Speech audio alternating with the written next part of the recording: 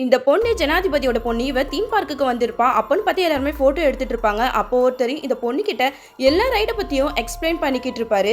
அவளுக்கு எந்த ரைட பார்த்தாலுமே இன்ட்ரெஸ்டே இருக்காது. அதனால அவர்கிட்ட எனக்கு இந்த ரைட்லலாம் இன்ட்ரெஸ்டே இல்ல. எனக்கு த்ரில்லிங்கான ரைடு கூட்டிட்டு போங்கன்னு சொல்லுவா. அதுக்கேத்த மாதிரியே அவரும் ஒரு த்ரில்லிங்கான ரைட காட்டுவாரு. அது ரொம்பவே பயங்கரமா இருக்கும். அந்த ரைட பார்த்தாலே பயங்கரமா தலை சுத்துற மாதிரி இருக்கும். அதனால அவளோட பாடி கார்ட்ஸ்லாம் சொல்லுவாங்க இந்த ரைட்ல போ வேணாம்னு சொல்லுவாங்க. ஆனா அவ கேட்கவே மாட்டா. அந்த கோவத்துல அந்த ரைட ஆப்ரேட் பண்ற கீயை எடுத்துருவா.